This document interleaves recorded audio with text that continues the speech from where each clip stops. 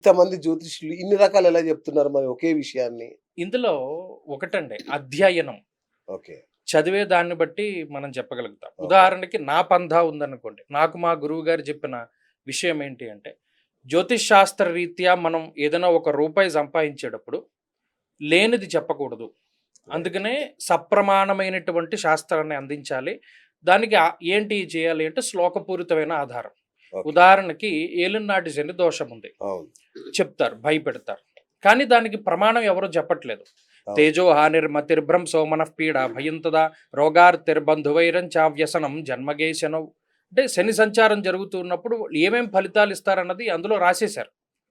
So ఆ రకంగా మనం చెప్పుకుంటూ వెళ్ళాలి తప్పితే ప్రజల్ని భయపెట్టో మభ్యపెట్టో లేకపోతే భయభ్రాంతులకు గురి చేసో చెప్పకూడదు.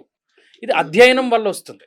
ఇప్పుడున్నటువంటి పరిస్థితులు ఏంటి అంటే 30 రోజుల్లో తెలుగు, 30 రోజుల్లో అవును. ఇంగ్లీష్ ఎలాగా, అచ్చా! 30 రోజుల్లో జ్యోతిష్యం ఎలాగా. సార్ నాకు తెలిసిన ఒక ప్రముఖ జ్యోతిష్యుడున్నాడు. ఆయన ఏమంటాడంటే, మంచి చెప్పడానికి ఏముంటదబ్బా!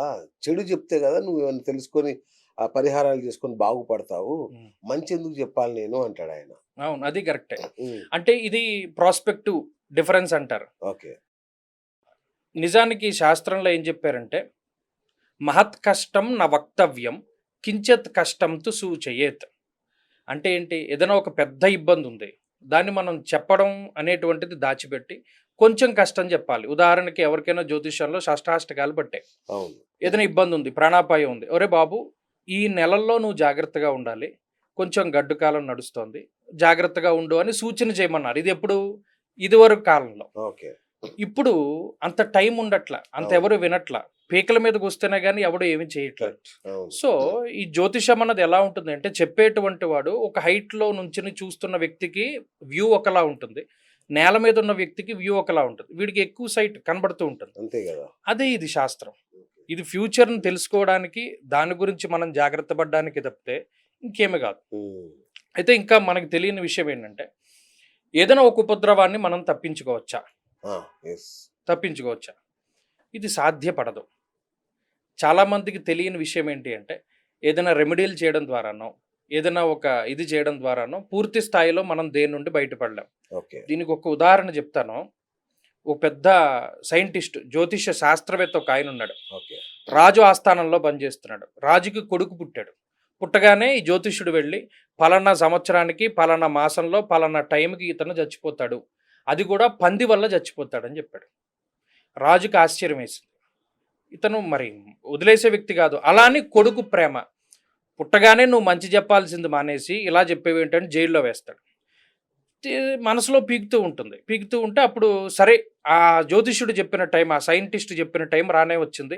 ఈ కొడుకుని ఏం చేస్తాడంటే ఒక ఒంటి స్తంభం మేడగట్టి దాంట్లో విలాసవంతమైన భవనంలో పెట్టి ఆడుకోమంటాడు. నువ్వు ఈ టైం గడిపేంత వరకు మా పిల్లాడిని కాపాడండి అని చెప్పి భటులకి వాళ్ళకి చెప్తారు. అంతా అయిపోయి కరెక్ట్‌గా ఈ టైం దాటిపోతుంది. ఉదాహరణకి 12:29 అన్నాడు అనుకోండి. 12:33 అవుతుంది. హమ్మయ్య! కొడుకు బతికాడు, సేఫ్ అనుకుంటాడు. ఈ లోపల భటుడొచ్చి, "ఏవండీ, మన రాజకుమారుడు చచ్చిపోయాడండి." "ఎలాగా?" అంటే, "పైనుండి మా అంతస్తు మించి కింద పడి చచ్చిపోయాడండి." వెంటనే జ్యోతిష్యుడిని తీసుకురమ్మంటాడు. "నువ్వు చెప్పావు పంది వల్ల చచ్చిపోతాడని, మా వాడు అలా చచ్చిపోలేదే" అంటే అప్పుడు ఇతన్ని తీసుకెళ్తాడు. వెళితే పైన అంతస్తు మించి కింద పడిపోతూ పడిపోతూ అక్కడ ఒక వరాహం యొక్క బొమ్మ ఉంటుందన్నమాట. ఆ కొమ్ము మీద పడి దిగి చచ్చిపోతాడు. ఇది ఆశ్చర్యాన్ని కలిగిస్తుంది. ఎందుకు? వరాహం అనేటువంటిది ఆ రాజు యొక్క సింబల్. ఓకే. ఒక్కొక్కళ్ళకి ఒక్కొక్క సింబల్ అవును. ఉంటుంది కదా, అది అవును. అందుకని వాళ్ళు ఏ బిల్డింగ్ కట్టినా దాని మీద వరాహం యొక్క సింబల్ పెడతారు. రాజకుమారుడు ఆడుకుంటూ ఆడుకుంటూ అంతస్తు మించి పడిపోయి దీని కొమ్ము మీద అతనికి ఇలా నడుంలో దిగిపోయి చచ్చిపోయాడు. అప్పటి నుండి ఆయన పేరు వరాహమిహిరుడు అని పెట్టారు. ఓహోహో! మిహిరాచార్యుల వారు చెప్పిన మాట. అచ్చా! అచ్చా! వరాహమిహిరుడి యొక్క పేరు అలా వచ్చింది. ఓకే. మరి దీనిలో రాజుకంత డబ్బుంది, అతను చేయలేని రెమెడీ అంటే ఏమీ లేదు, దాన్ని తప్పించుకోగలిగాడా? సో ఇదేంటి అంటే తెలుస్తుంది. ఫలాని గ్రహచారేణ సూచయంతి మనీషిణ కోవక్త తారతమ్యశ్చ తమేకం వేద సంవిన. మనం సూచించవచ్చు, పలానా టైం బాగాలేదు, హ్మ్. పలానా గ్రహస్థితి బాగాలేదు, నువ్వు ఇది చేసుకో బాగుపడతావని. గ్రహస్థితి చేయనివ్వదు.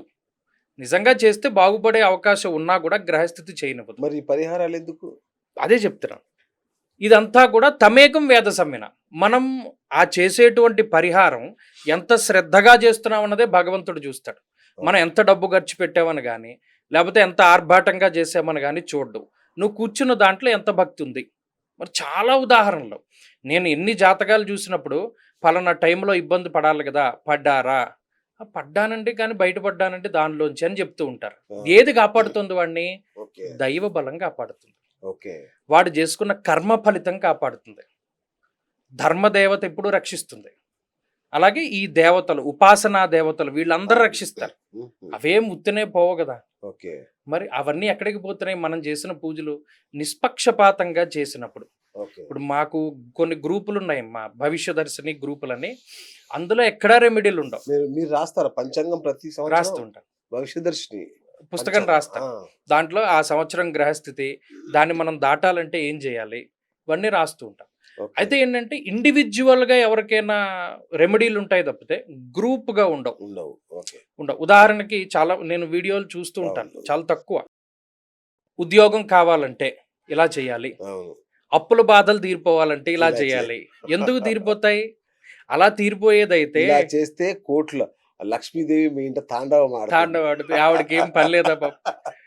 ఏమంటే ఆ లక్ష్మీదేవి అనిశ్చితము. ఆవిడ శ్రీ మహావిష్ణువు దగ్గరే ఉండలేదు. ఓకే. ఎవడో ఒక ఋషి వచ్చి నిన్ను కాలుతో తన్నాడు, నువ్వేం చేయలేదని చెప్పి అలిగి వచ్చేసిన ఆవిడ ఓకే. మన దగ్గర ఉంటుందా? మనకంత నిష్ఠ ఉందా? గురుగారు ఒక చిన్న సందేహం.